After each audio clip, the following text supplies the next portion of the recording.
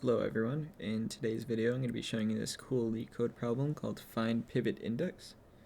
Now a pivot index is defined as any index such that the sum of the array to the left of the index is equal to the sum of the array to the right of the index. So using our example here, this is just the first example. The pivot index here is 3. So that is here, right here. Now, just to elaborate, the reason why this is the pivot index is because the sum of 5 and 6 is 11, and the sum of these is 11. So those two match, which satisfies our condition. Now, when I was first doing this problem, it wasn't totally clear to me what the optimal solution was. Now, what I ended up deriving was to use, two arrays. One was a running sum from the left, and one was a running sum from the right. Now, using this approach, and you can derive the left sum and the right sum for any given index. So, for instance, if our pivot index, which is right here, so this is index 3, so we can see that the left sum is 11 and the right sum is 11.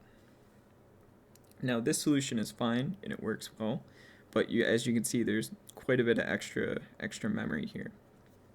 I don't want to spend too much time on this solution as the optimal solution uses no extra memory, but the code to this solution looks like this. Moving on to the optimal solution, which in my opinion is easier to code and understand.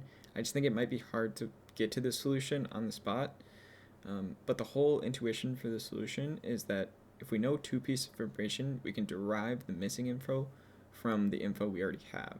So using our example again, I'm going to pick an index that's not the pivot to show this, but if we choose, say that I is here. So when we're iterating through nums, we'll imagine that I is at index 1.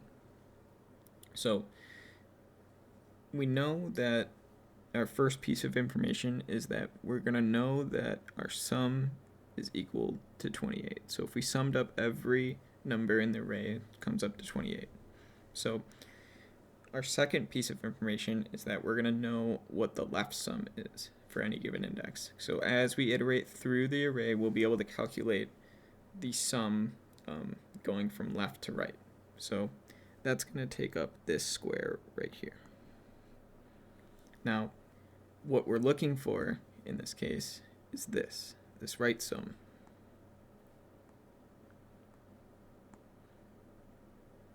Now, I'm going to draw the total sum kind of on the bottom so it's easier to visualize, but what we're looking for is this. So red is equal to green minus blue, and then technically we also have to subtract the current value at I. So we'd also subtract I. And the code for this solution looks like this. This algorithm has a worst case time complexity of 2 to the n, which simplifies to just O of n. In the space complexity, this is where this solution is different from our first one. The space complexity here is constant, but yeah, that's pretty much it. Hope this helps. Bye.